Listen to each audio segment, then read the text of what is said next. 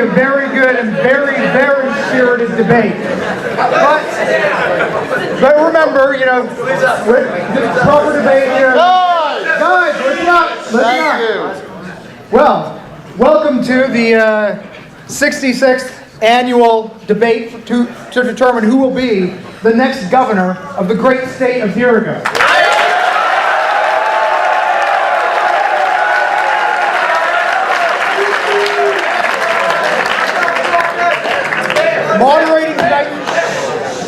Listen up, guys. Moderating tonight's debate is Mr. Pat Callahan. He is the anchor.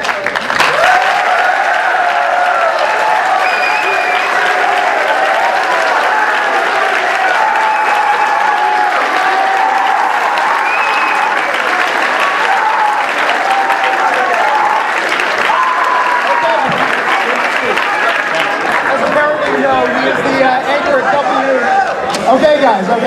He is the anchor at WCS86 in Portland.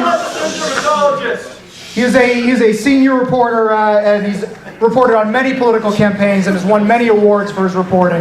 And he has debated or been the moderator for the Dirigo Boys State debate many times. So you've already welcomed him. So let me introduce the candidates. That player will introduce the candidates.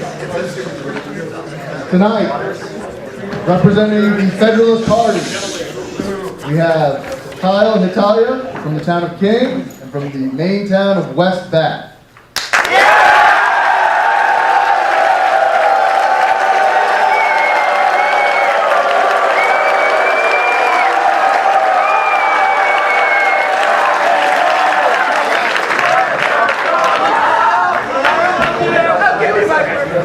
And representing the Nationalist Party, we have Samuel Lyons from the town of Ames, the main town of Jones Forby.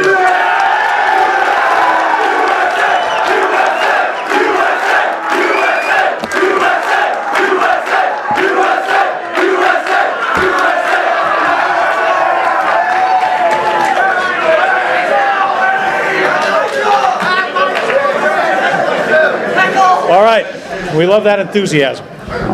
What we're going to do tonight, if you haven't heard the format, we're going to each of the candidates is going to make an opening statement. We're going to do some questions between. We'll bounce them back and forth. We're not going to run a strict time clock on these things. We're going to give the issues the time that they need. Some need a little bit. Some need a lot more. And I'll kind of be the judge of that. And we'll go back and forth as need be to give a full airing to the issues. And then we'll have closing statements. But before we do the closing, we'll also take a few questions, depending on time, from you guys. So be thinking about that. If there's something in particular that we haven't brought up that you really want to hear them discuss, we'll try to get to that. So with that, and just completely randomly, we are going to begin tonight with the Nationalist Party candidate, Sam Lyons.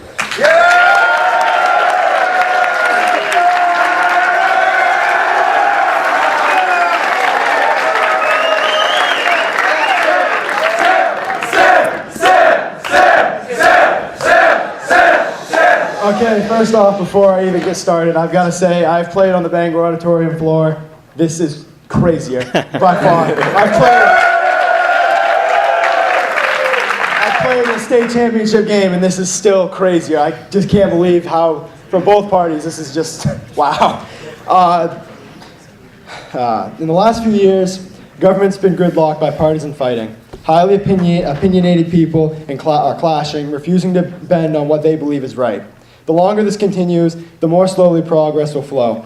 Choosing a moderate candidate, such as myself, is the first step to allow progress to march on.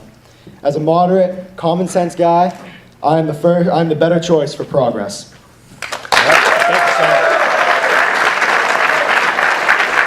And the Federalist Party candidate, Kyle Heidel.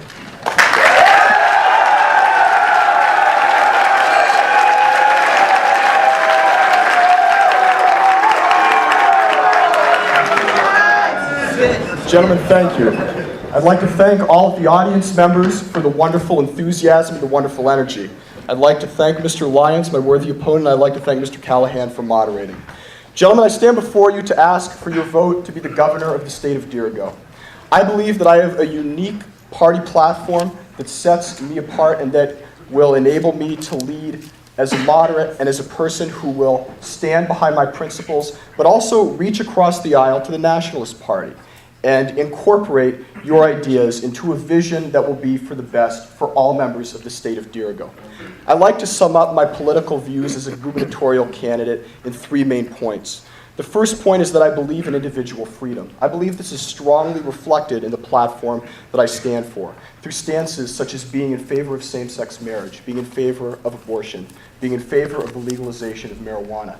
I believe that this is the key to a successful leader, respecting individual freedom. The second tenet I stand for is fiscal responsibility.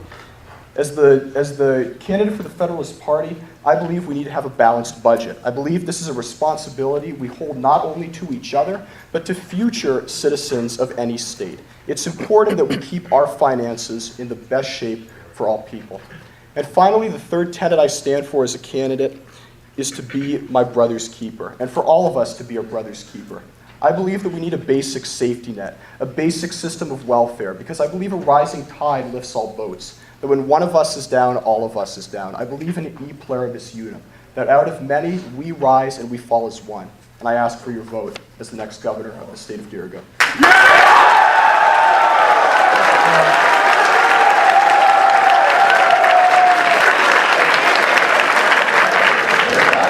Well, let's get started, and there's no need to rise to answer each question, so we'll dispense with the up and down, but that was good. Let's talk about the budget, because that's the elephant in the room anytime you have an election to deal with. So, as governor, you would propose a budget that's consistent with your principles and that you think is fiscally responsible and protects the people that need protecting. Then the legislature takes that budget and decides they don't like some of your cuts. They decide they have to raise some taxes, whatever that might be, and by a bipartisan majority, they pass that budget. Do you have a responsibility to accept their will, or do you have to say to yourself, no, my principle is more important, I don't want any taxes raised, for example, and so I'm willing to risk a state government shutdown? Thank you, sir.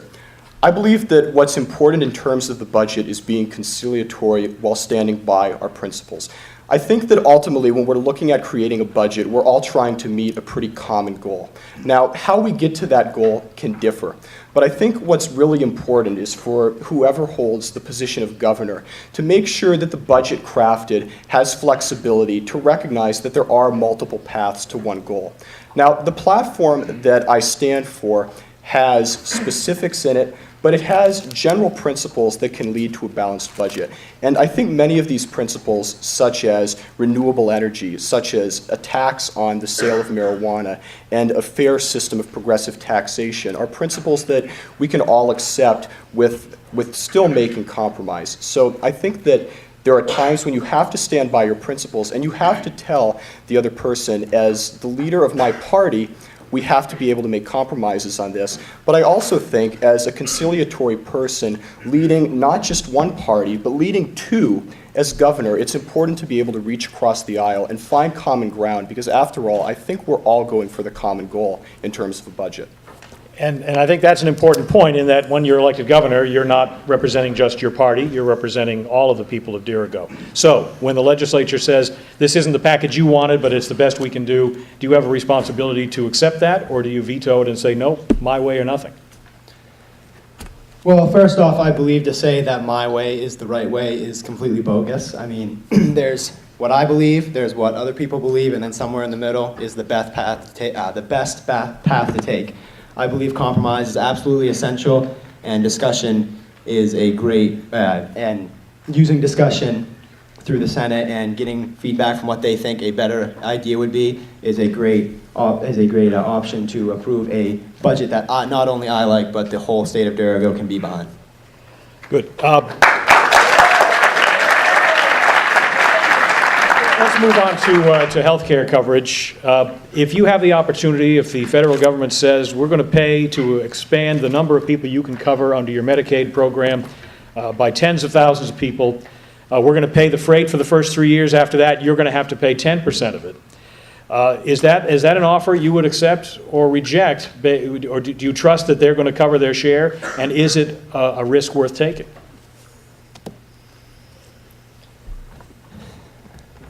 I believe that mostly that everybody should be given a minimum amount of health care, and then those with the higher income should be able to take care of themselves more. I feel that healthcare is something that should rely with the people as much as possible, so that when the economy tanks, the government can't go back and say, well, we're sorry, but we can't do that anymore, so you're on your own. Well, that raises the question, and it's what's happening in the real world, really, is that do we accept this deal now, and then 3 years from now, if it's not working, say, sorry, 70,000 people, we got to cut you.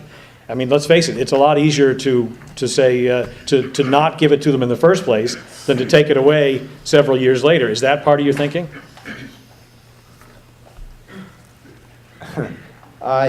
Yeah, I think that is part of my thinking. Okay, let Kyle get on. Specifically in the Federalist Party platform, unlike the Nationalist Party platform, our leaders said that we want to provide a basic level of universal health care coverage. This goes into the final point of my basic principles as a leader, to keep our brothers back, to be my brother's keeper. I think that we should accept the Medicaid deal, because I think ultimately what a basic level of health care does like that is it puts more people, first of all, in a better state of health, which in turn enables them to be contributing members of our economy. It enables them to be active citizens and to go out and vote. I think that if we're living in a state where we have people who are sick and can't get the care and coverage that they need, I think that speaks badly on all of us. I think that's our fault if we're not keeping each other's backs. So I think it's important that we need to make sure we have that basic level of protection. We have that basic level of respect for all of our brothers and our sisters as well. All right, thanks.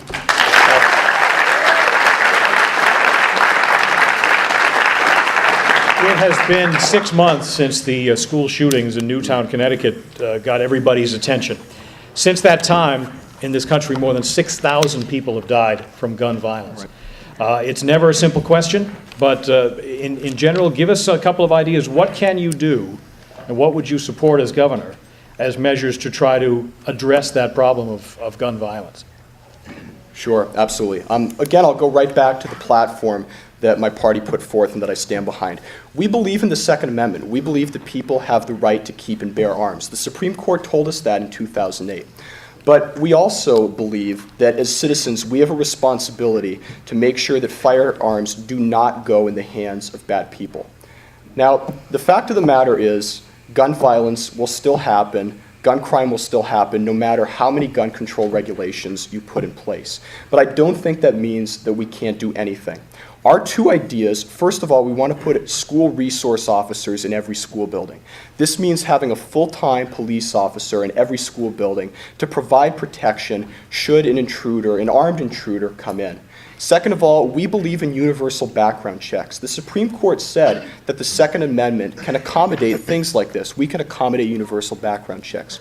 We want to make sure that law-abiding citizens have their Second Amendment rights upheld, but even more importantly, we want to make sure that those who would do harm will not have the access to the weapons necessary to do harm. All right. Sam. Same question. What would you support to address this problem? Well, first off, in regards to the terrible things that school shootings and whatnot that have happened this year, I think it's not so much a question of Second Amendment. I think it's more a question of mental illness and people not being able to recognize, as well as problems in our American education system. I do support background checks. I do think they are a start, not a end-all answer, but I do believe it is a start to keeping guns out of hands of people that should not have them. That being said, I also believe in gun education is a very key part to letting people, teaching people about what not to do, how to handle a weapon, and to know what happens every time you do pull a trigger.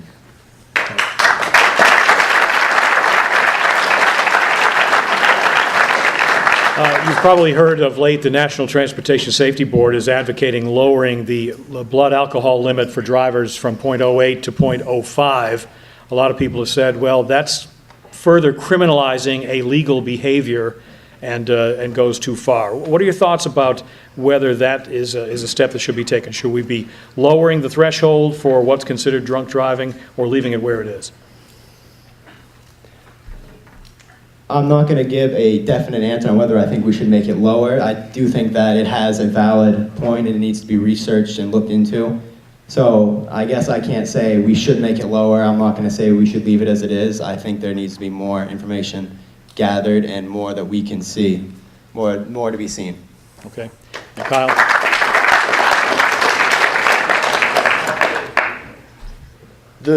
When teenagers get behind the wheel of an automobile, or frankly, when anyone gets behind the wheel of an automobile, a lot of things can go wrong. I know people who have been injured in car accidents. I know people who have been killed in car accidents. I think that it is important that we gather more information about what causes people to drive drunk. And I don't think it's as simple as enacting a law. I think we have to take a really comprehensive approach to a problem like this. I think we need to have better education in our schools about the risks of substance abuse. I think we need to have programs, counseling programs for teens who abuse alcohol so they're less likely to do it in the future. And I certainly think that you, as legislatures, could consider such a proposition to lower the blood alcohol limit like that. But I think in terms of solving a greater problem, which is specifically people dying in preventable car accidents, you have to be able to consider all of the factors, of which there are many.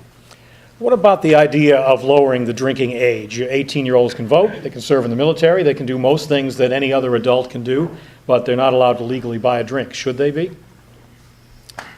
I think in terms of lowering the drinking age, I think there's a really important reason why we've kept it at 21. 18-year-olds, many 18-year-olds are still in high school. Many of them are seniors in high school. While I think that drinking isn't something that's necessarily harmful, I think setting the drinking age at 21 does something really important by making sure that alcohol is kept out of the hands of teenagers. I think it's crucial that within our high schools and teenagers within high schools don't have access to alcohol like that. And I think it's crucial that we keep the drinking age in a position where people who are still, developmentally becoming adults don't have access to it. And how do you feel about that?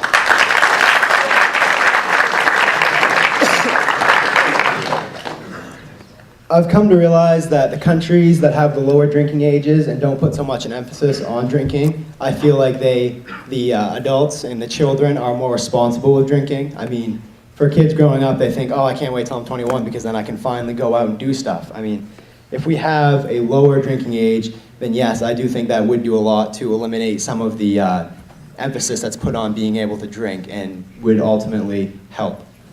And that leads to the next question. Is it time now that many states have approved the medical use of marijuana, is it time to allow recreational use of marijuana for adults and treat it the same way as you do alcohol, and that is to regulate it and to tax it? Well, our platform has taken the stance that we very much should legalize marijuana and in fact use it, regulate it, and treat it just like one would treat cigarettes, an age of 18, just like with cigarettes, and teach people that it's not necessarily bad, but that you need to use it in moderation and not let it take over your life. But how do you deal with the problem that it's still a federal crime? If states start taking this on themselves, how do you reconcile that? I feel that if enough states start to take up the stance that it needs to be legalized, then the national government will eventually follow, especially if the people keep lobbying for it.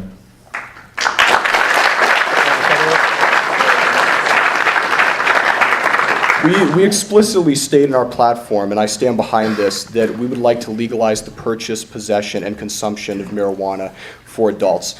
We believe that marijuana is something that can produce a great amount of revenue in terms of tax dollars. Frankly, I think that we have lost the war on drugs against marijuana, and frankly, I don't think it's a war that's worth fighting anymore. I absolutely concur with Sam when he says that as more states do this, it's more likely to be approved at the national level. I also believe that compared to other substances, marijuana does not pose nearly as great of a risk. The bottom line is, when you put anything into your body or when you do anything, the degree to which you do it will significantly impact the outcome of doing it in the first place. So we want to educate people about marijuana, but we want to do it in a way where we say, this is something that's legal for you, and it's not the government's job for you to say you can't do it. It's up to you to decide how to use it.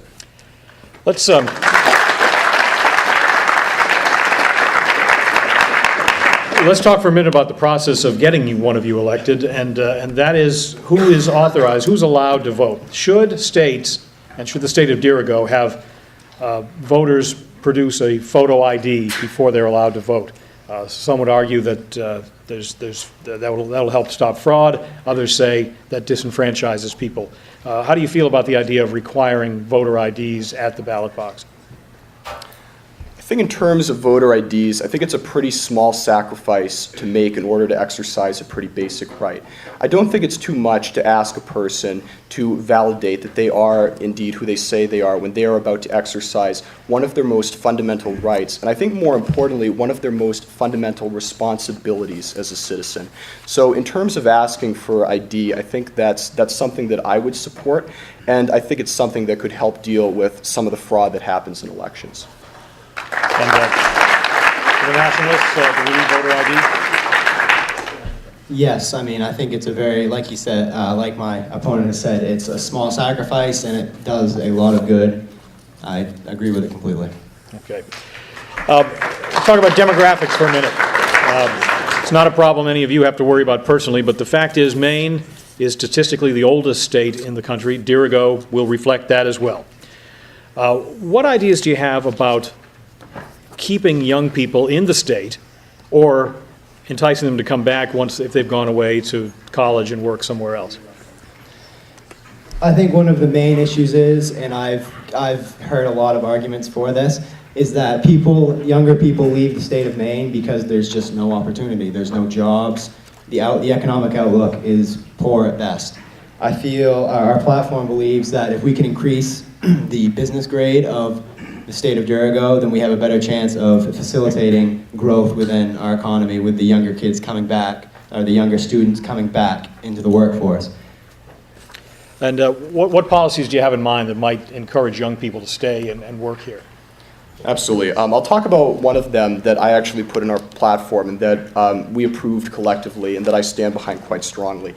And it says to provide loan forgiveness as an incentive to students to remain and work in state after college.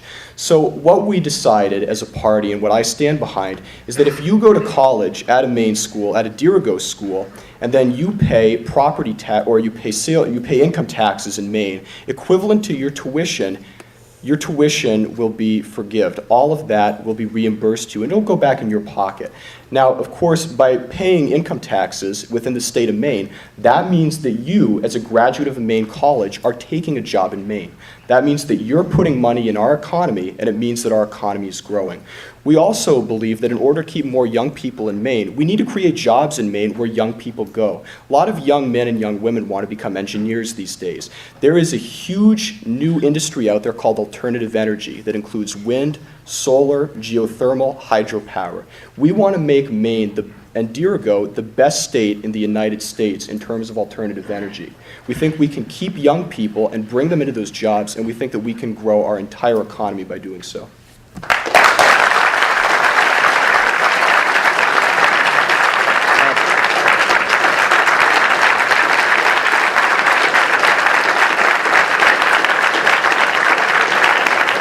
These young men want jobs, clearly. There's an issue that a lot of states are just beginning to grapple with, as is the federal government, and that's the use of unmanned aerial drones. Police departments, many law enforcement agencies would like to be able to use them, but there's a lot of concerns about privacy and so forth. Should police departments be allowed to use these drones in their work without having to get judicial warrants first? Well, two of my main three tenets are respecting individual freedom and being my brother's keeper. I think that if we gave that sort of power to our government, that would create a great risk for violation on both of those. I think that if we give the government power to really be a big brother and watch us like that, without any kind of check and balance from another branch of government, that really threatens our individual freedom. I also think that we're holding ourselves in pretty low esteem if we believe we need to have robots circling the sky to watch us. I think people in general are better than that. And I think people are better decision makers than that. I want to have more faith in people, and I want to set the bar higher. I think if we do something like that, we're not putting the trust in the citizens of Dirigo that we really should be putting in them. And I think we're also really threatening their individual freedom and their individual liberties.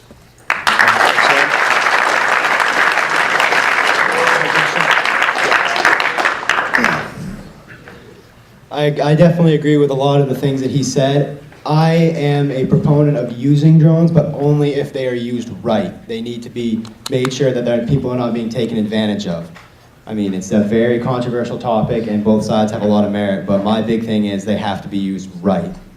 So, but let's just go a little bit deeper into that, just for instance. Wardens are searching for a lost child.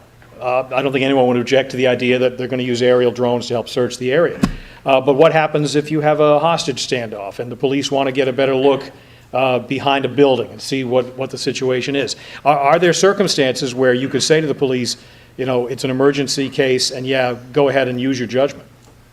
I think there's absolutely circumstances where that might apply, and I think it's the job of the legislature in tandem with the judicial system to figure out exactly when those circumstances would be.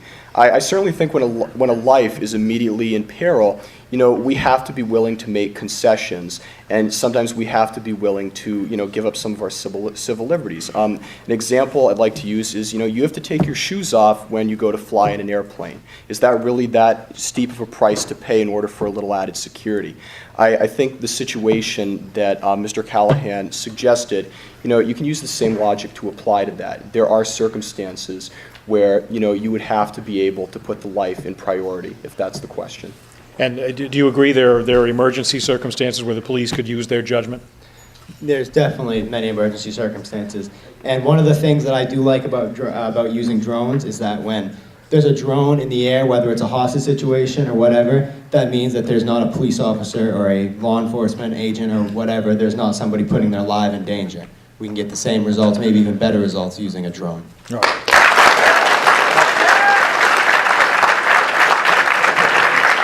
With that, I want to hear if any of you have questions.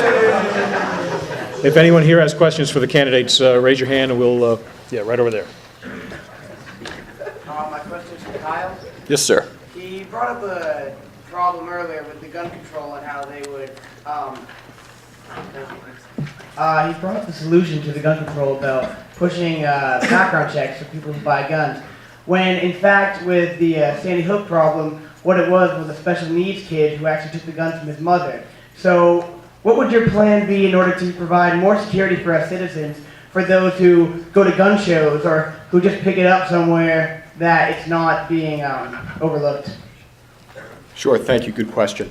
I'd like to go back to a point I made earlier in the platform to answer that, specifically in terms of, you know, minimizing that risk in school so that doesn't happen again. I, as a Federalist candidate, want to make sure that there is an armed school resource officer in every school building as a line of defense. Now, in terms of universal background checks, you know, gun violence is a huge problem in the United States, and it might be a problem in Dirigo. So I think that it's important for us not to look at one specific instance and say all of our policies have to be able to stop it in this instance. I think universal background checks are a good broad solution that doesn't infringe on Second Amendment rights and can prevent gun violence in the future, in addition to having school security. And Sam, anything to add? Like I've said earlier, I feel that like the Sandy Hook incident was it was more an issue of mental illness than it was an issue of gun control.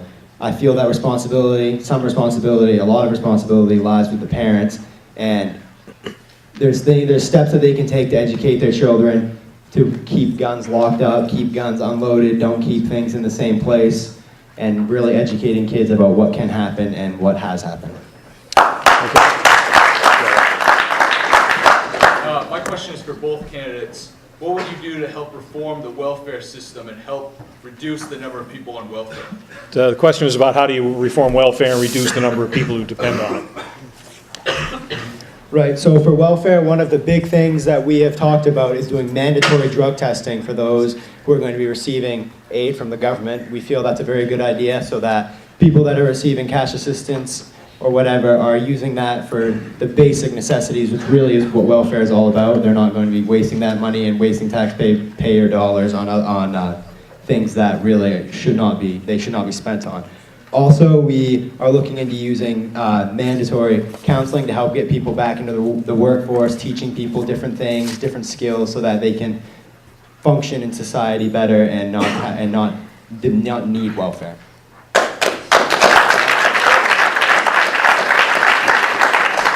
I think the key to reforming our welfare system has to do with emphasizing welfare as a minimal program and as a temporary program.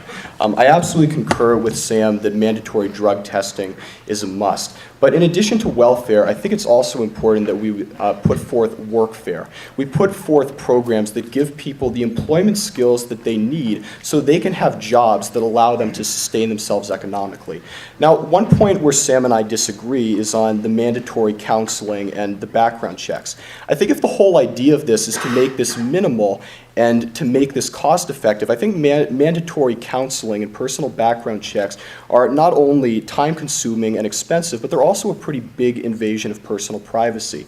And if our idea, and both of us agree, our idea is to make welfare a minimal short-term solution, I don't think we really need that. So I think I'm being more consistent here in terms of saying, welfare is on a minimum level, but we don't need to do these big long-term solutions because they're simply not necessary based on the issue that we're putting forth. All right.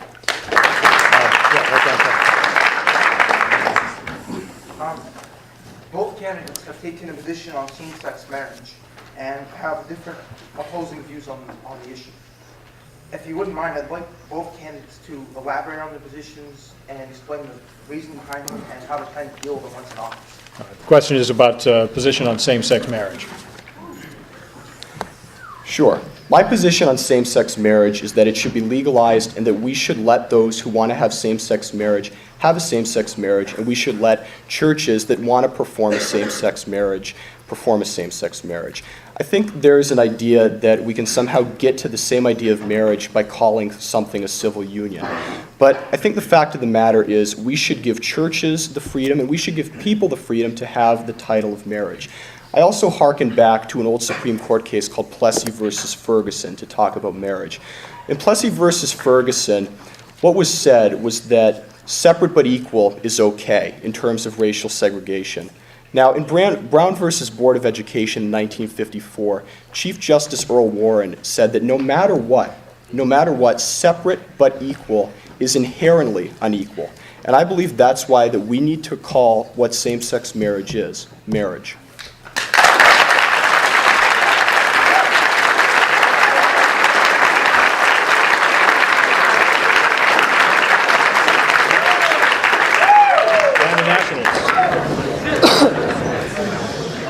First off, I'm going to say that I personally am 17 years old. I don't think I have any right to say you two can't get married or you two can't love each other because of your idea, because of what your preference is. That being said, I believe that marriage is a function of the church. I believe in personal and private liberty, which is why I believe in civil unions. Marriage is a church function. Churches have been around for thousands and thousands of years. I believe that marriage is a function of that church. Civil liberties, I believe civil liberties, and I believe that if you force a church to marry same-sex couples against their will, I feel that it goes against a basic constitutional foundation of separation in church and state. Civil unions provide the same benefits as a marriage. There is only one tiny difference, the title.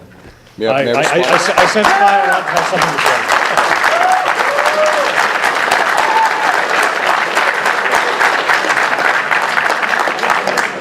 I'd really like to respond to that point because what Sam has said is that he believes in personal and private liberty. But what he's also said is that same-sex marriage is illegal. He said that in his platform, and he just said that. So what he's saying is that churches and individuals should have the liberty to see it as they do fit, and it's not his role to tell them what to do, but then he's specifically saying to churches, we will not recognize same-sex marriage. Here's why you should prefer my stance on this. I'm saying to churches that if you want to perform same-sex marriage, that's great. Perform a same-sex marriage. But if you don't want to perform a same-sex marriage, then don't perform it. That's the government keeping their hands off of the matter. That's the government upholding personal and private liberty.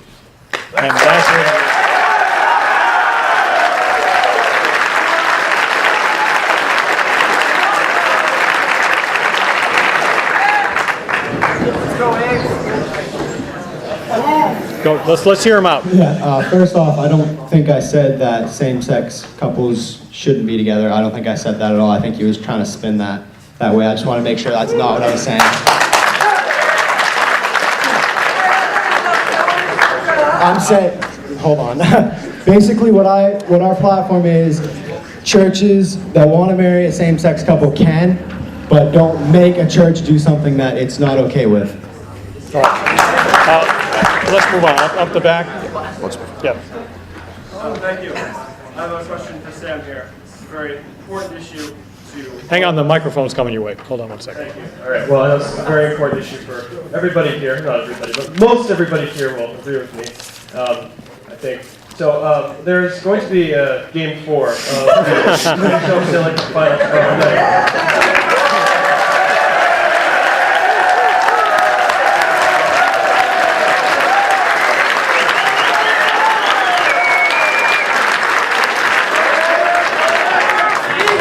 However, at Dirigo Boys State here, a wonderful program that it is, we're not allowed to be up long enough to see the full conclusion of the game. Oh. So my question for you, Sam, is what would your policy as governor of Dirigo Boys State be regarding this curfew, and would you be willing to amend it or push for amending it?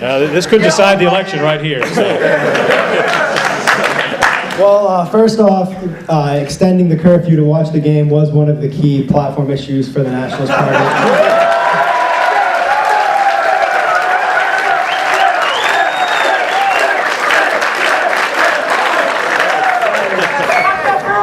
Apparently it was forgot to add, I forget what happened there, but it was taken off for some reason.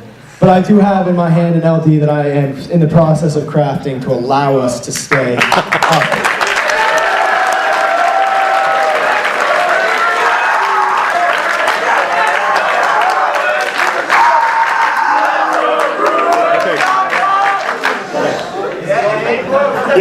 If we as two rival political parties cannot agree on our love for the Bruins and upholding our love for the Bruins and practicing our love for the Bruins and watching the Bruins win, all hope is lost. I concur.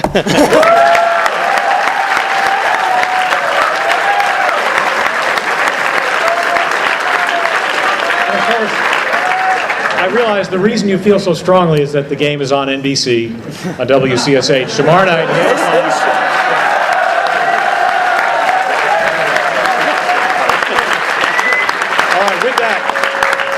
With that, we're out of time. I'm going to do the closing statements now, and the first will be given by the Federalist Party candidate from the Dirigo town of King, Kyle Heidelow.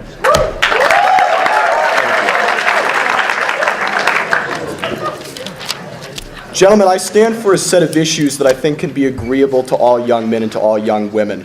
I stand for individual freedom, fiscal responsibility, and being our brother's keeper.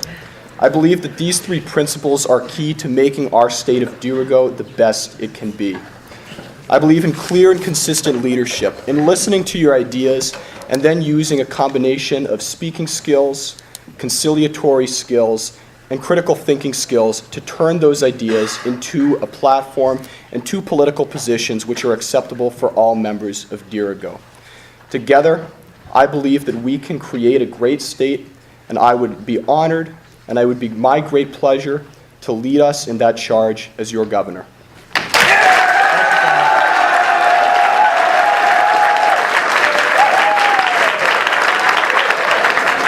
And the last word tonight, the final closing statement, the Nationalist Party candidate from the town of Ames, Samuel Lyons.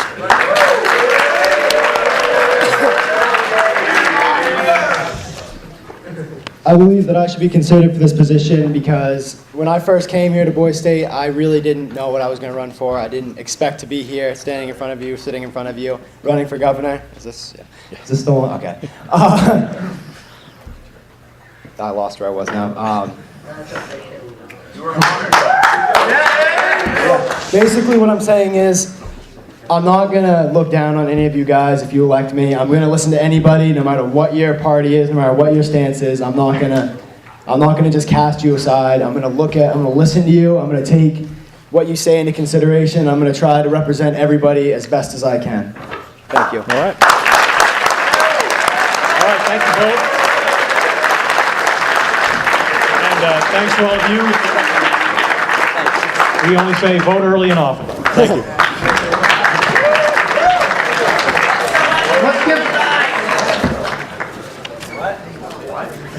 Let's give all these guys a round of applause. They did a great job.